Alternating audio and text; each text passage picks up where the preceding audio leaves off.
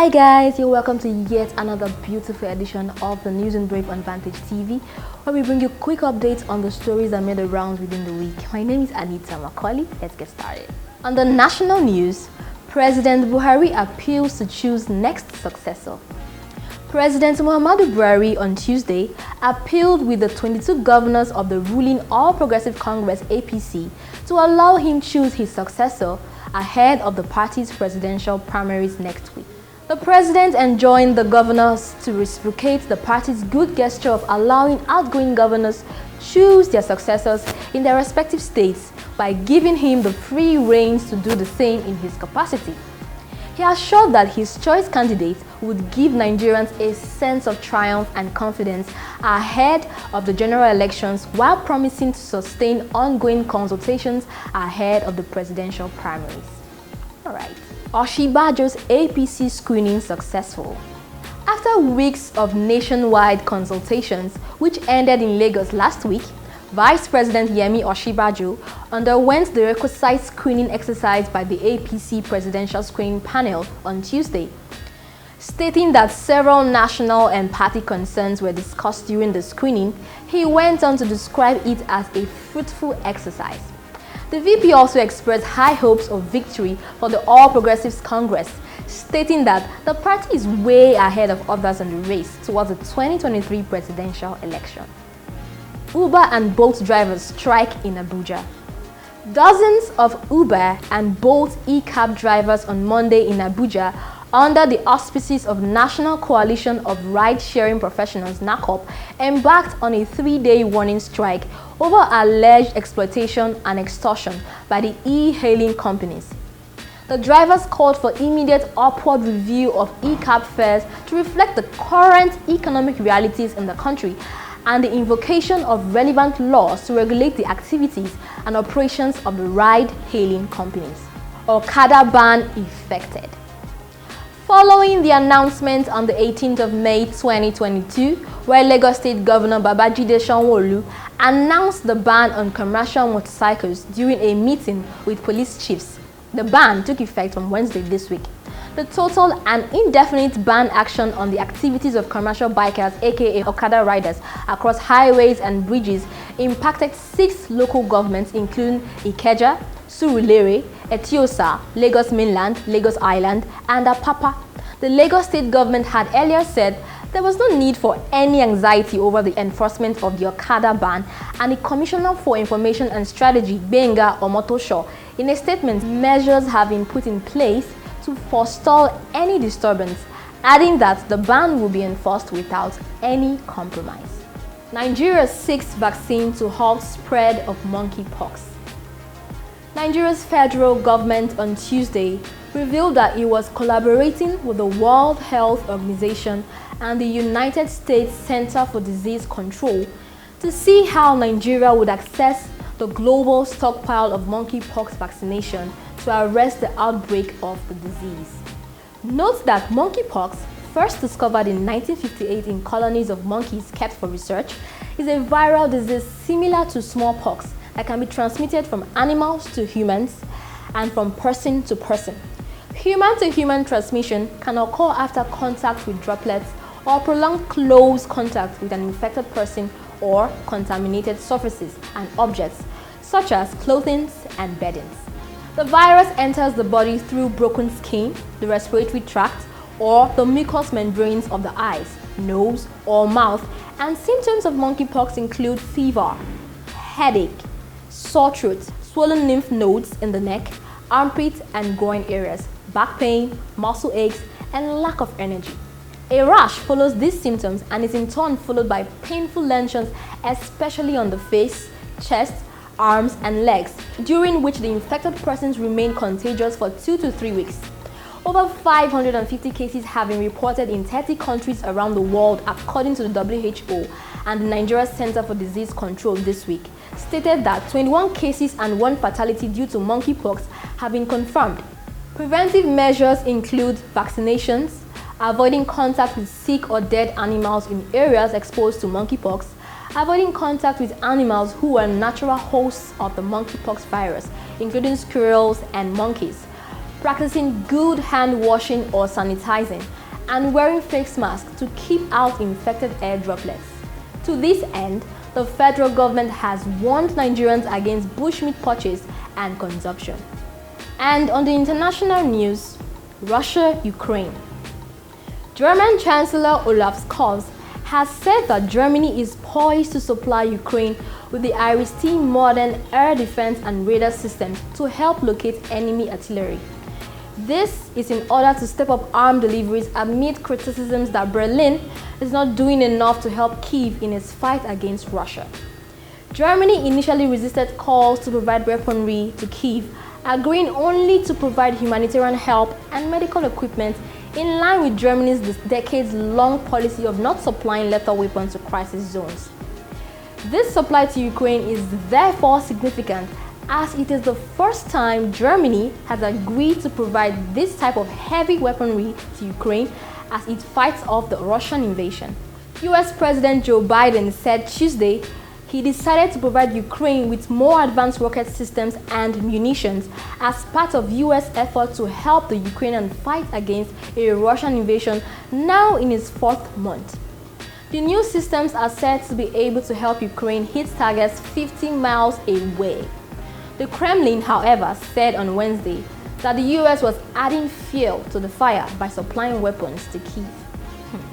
Biden talks gun control and extremism with New Zealand's Prime Minister. President Joe Biden praised New Zealand Prime Minister Jacinda Ardern on Tuesday for her success in curbing domestic extremism and guns as he tries to persuade a reluctant Congress to tighten gun laws in the aftermath of horrific mass shootings in Uvalde, Texas and Buffalo, New York. Ardern successfully won passage of gun control measures which banned ownership of military-style semi-automatic weapons in her country after a white supremacist gunman killed 51 Muslim worshippers at 2 mosques in 2019. China eases COVID restrictions after 2 months. The Chinese city of Shanghai, the country's economic center and a global trade hub, has eased COVID-19 curbs after a 2-month lockdown. At midnight on Tuesday, restrictions were relaxed to allow most people to move freely around the city hosting some 25 million people. China's overall policy of zero COVID, however, remains in place and people with COVID will be quarantined or hospitalized. With the introduction of the new rule, residents are now required to show a green health code on their smartphones to leave their residential compounds and to enter most places. That's it on the national and the international news on Vantage TV's News in Brief. Coming up shortly is entertainment news. Stay tuned.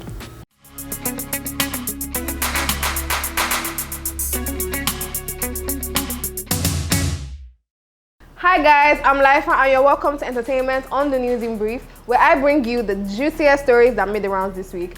Without any further ado, let's get right into it. Don Jazzy launches radio series on Apple Music One. This week, Apple Music announced Maven Records boss Michael Collins, aka Don Jazzy, as their newest host on a radio series on Apple Music One. On his very own monthly series called Don Jazzy Radio, the music producer has promised to serve what's new, what's next, and all the best sounds from the golden age of Afrobeat. Big ups to Don Babaji. Comedian Helen Paul, now officially Professor Helen Paul. 3 years after bagging her doctorate in theatre arts, on Monday, Nigerian comedian Helen Paul took to social media to share the news of her induction as a professor at the Hart International University in the United States. Also taking to IG to announce her induction as the head of the Arts, Music and Entertainment Department of the university, she also congratulated her husband Femi Bamishile, who she stated bagged a Doctor of Law degree from the same institution.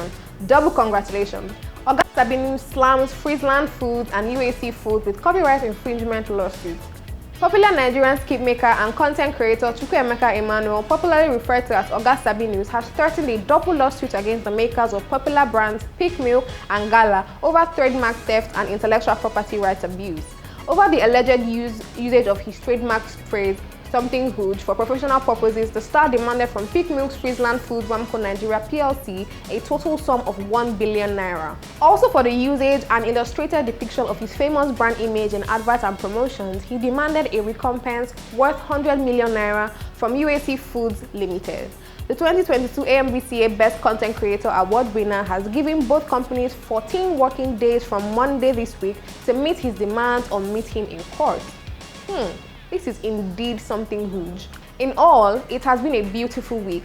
Nollywood star Stephanie Okereke-Linus and her husband announced the arrival of their second son, and wedding bells are ringing for comedian Funny Bone, who revealed that he got a yes after popping the question. And here's the funniest thing we saw this week.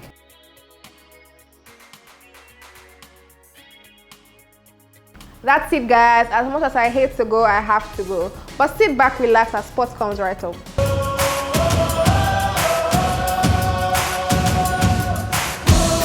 It's sports time on the News in Brief. I am Emilio Menesubstance, and these are the top stories. So we get off the tracks with athletics. On Tuesday, Great Britain's Reece Prescott won the 100 meters at the Golden Spike Athletics Meet in Ostrava with a new personal best. Prescott beat Johan Blake, Janelle Hughes and Akani Simbini to cross the line in 9.93 seconds, making it the third fastest 100 meters ever by a Briton. He is also the first European man to run under 10 seconds in the 100 meters this year. Last weekend, Olympic 100 meters champion Elaine Thompson-Herah raced off to an emphatic Diamond League win over a clutch of rivals, including Britain's Dina Asher-Smith in Eugene. The Jamaican stormed through the final 50 meters to win in 10.79 seconds. Asher-Smith got off to the sharpest start but was overhauled, coming fourth in a season-best time of 10.98 seconds. Still at the Diamond League, Keely Hodgkinson won the 800 meters in a world-leading time of 1 minute 57.72 seconds, while fellow Briton Matt Hudson-Smith set a new national 400 meters record. And now tennis. Rafael Nadal once again cemented his place as the greatest player in French Open history by beating longtime rival Novak Djokovic in a late-night thriller ending at 1:15 a.m. after 4 hours of play. Nadal going for 14 titles superbly fought off resistance from defending champion Djokovic to win 6-2, 4-6, 6-2, 7-6, 7-4 at Roland Garros, proceeding to the men's singles semi-finals. And football. Lionel Messi and Angel Di Maria shone as Argentina beat Italy at Wembley in the Finalissima, a renewal of the contest between the champions of Europe and South America. Messi set up the opener for Lautaro Martinez with his superb running cross, and Di Maria chipped Italy's goalkeeper to score a second. Paulo Dybala came on as a substitute and rounded off a handsome win in injury time. The match also saw Italian defender Giorgio Chiellini play the first half of what was his 118th and final international match for Italy. The contest is the first between the two continental champions in 29 years and is a revival of the Artemio Franchi Cup, competed for twice before, in 1985 when France beat Uruguay and in 1993 when Argentina beat Denmark on penalties. On Wednesday night, Ukraine's players brought a sparkle of joy back to their war-scarred country as they poured their soul into achieving an epic victory and maybe, just maybe, claiming an unlikely place at the World Cup finals. A heroic Ukraine roused a performance of spirit, endeavour and courage to stun Scotland and earn a historic World Cup playoff final against Wales. Andriy Yarmolenko and Roman Yaremchuk struck either side of halftime before Callum McGregor gave Scotland hope late on. But the Ukrainian Artem Dubik sealed the Qatar 22 showdown in Cardiff on Sunday. And now we're all the way to golf. Sad news in the world of golf as three-time PGA Tour winner Bart Bryant died in a car accident at the age of 59. The American, who climbed as high as 22 in the world rankings in 2005, claimed his first title at the Valero Texas Open in 2004. Bryant won at the Memorial Tournament the following year and defeated Tiger Woods by 6 strokes at the Tour Championship. His best finish in the major was a tie for 23rd at the Open Championship at St Andrews in Scotland in 2005. PGA Tour Commissioner Jay Monahan emphasized that Bart will be dearly missed. Our hearts go out to his family and friends during this difficult time. And that's sports on the News in Brief. Follow Vantage TV for all the sports, news and entertainment. I am Emilio Menesubstance. Till I come your way next week, remember to like, share and subscribe.